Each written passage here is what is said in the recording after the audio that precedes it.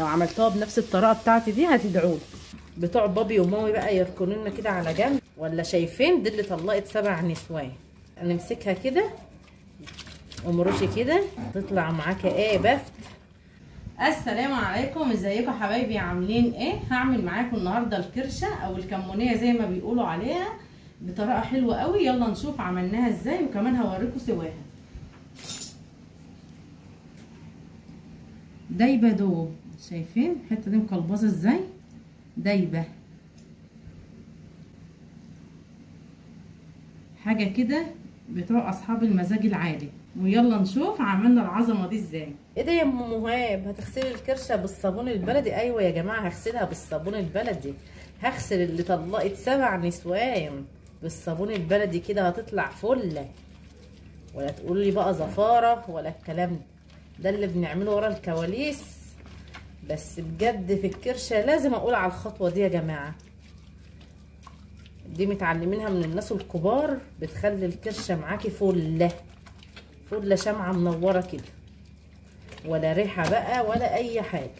نمسكها كده زي ما تكوني بتدعكي ايه حته هدوم كده على ايدك، ومرشي كده، ومرشي كده يا بنت، ومرشي كده هتطلع معاكي ايه بفت. ولا شايفين دي اللي طلقت 7 نسوان، بتخليها فله. والله يا اولاد قلت ايه اقول لكم على الخطوه دي. بتوع بابي ومامي يركنوا كده على جنب يا جماعه، علشان عارفه ان الكلام ده طبعا مش هيعجبهم. واشطفي بقى كويس، اشطفي قبل ما تعملي اي حاجه، اشطفوها كويس. شايفين ام الشلافيت عامله ازاي؟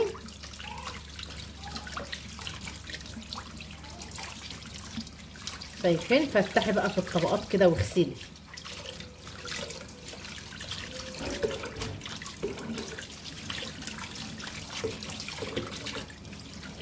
قاعده بقى يا اولاد لا بيا ولا عليا، وجالي تليفون من الغاليه قالت لي ايه نفسي اكل كرشه.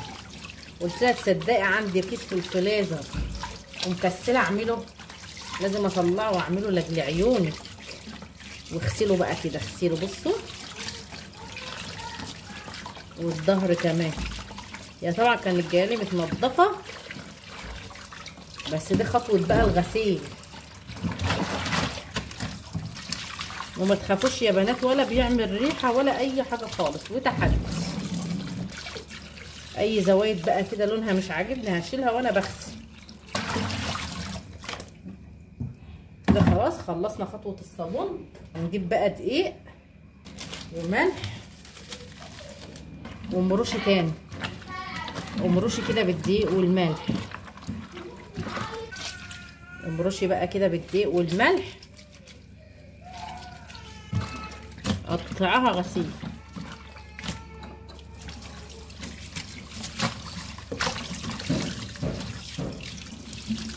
شايفين يا ولاد ام الشلافيت عامله ازاي؟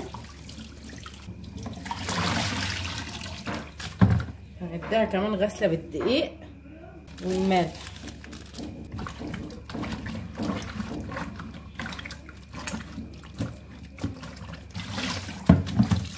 اهم حاجه الغسيل، اغسلي فيها على قد ما تقدري.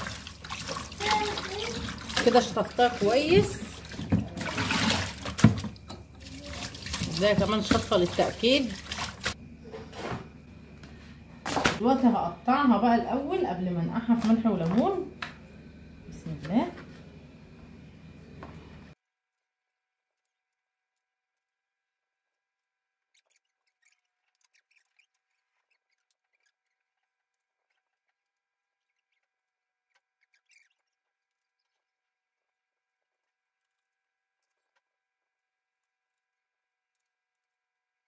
كده قطعتها كلها، هنقعها في ملح وليمون.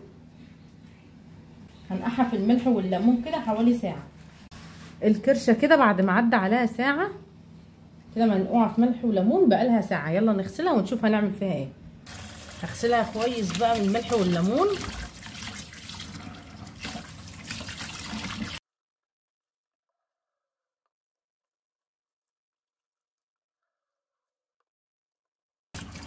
سامعين بقت بتزيق ازاي؟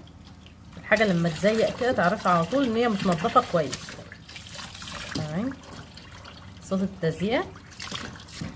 زياده تاكيد. بس كده. يلا بينا نشوف هنسويها ازاي. في حله بقى على النار فاضيه كده، وهعصر الكرشه كويس من الميه، وهبدا انزلها على الناشف كده، وههدي عليها النار واسيبها شويه. هفتح عليها كده بعد حوالي دقيقتين، زي ما نلاحظ هتلاقيها منزله ميه كده. هقلبها واغطي عليها واسيبها شويه كمان. بعد ما عدى 5 دقايق هفتح عليها، زي ما بنقول بالبلدي كده هنلاقيها باجه ميه او مطلعه الميه بتاعتها كلها. فهعمل ايه؟ الخطوه دي مهمه جدا وهقولها معاكم بالتفصيل. الخطوه دي مهمه جدا. هعمل ايه؟ هجيب مصفى نضيفه وهنزل بالكرشه فيها. بسم الله. لازم اتخلص من الميه دي بيبقى فيها الزفاره والريحه الوحشه بقى، وهنشطفها كويس ومرشي فيها كده. الحركه دي حلوه جدا، بتخلي طعمها تحفه ومفيش فيها اي ريحه خالص ولا زهمه. كمان مش هكتفي بغسلها بس، هغسل كمان الحله قبل ما استخدمها تاني. لازم نغسلها كده كويس بصابون.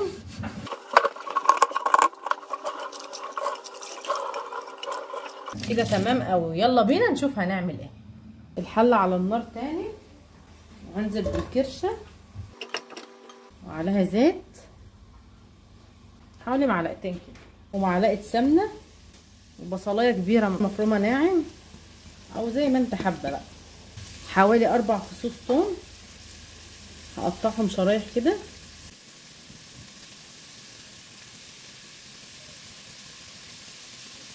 قرن شطه موحوح.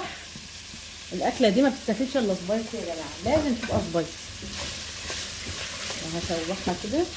كمان اسمها كمونيه لانها بتحب الكمون كتير، فاضيف لها شويه كمون.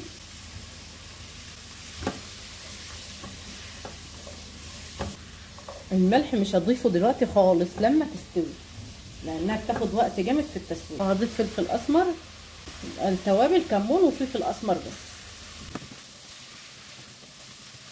سلام على ريحتها وجمالها، قلبت من ريحه وحشه جدا لحاجه حلوه قوي بجد والله. لو عملتوها بنفس الطريقه بتاعتي دي هتدعوا لي. بعد ما اتشوحت كويس هضيف عليها صلصه. الصلصه دي انا مفرزاها، لو عايزه عصير طماطم فريش على طول عادي براحتك، تفتح معاكي اعمليه. هغطي عليها بس كده 5 دقايق الصلصه تفك. هفتح عليها كده، الصلصه فكت، فهزود لها ميه سخنه. بسم الله. واول ما تغلي ههدي عليها النار وهسيبها تستوي براحتها. هي بتاخد وقت شويه في السوا، يعني ممكن تقعد 2 ساعات على ما تستوي كويس. بعد 2 ساعات هفتح على الكرشه واشوف سواها كده بقى عامل ازاي.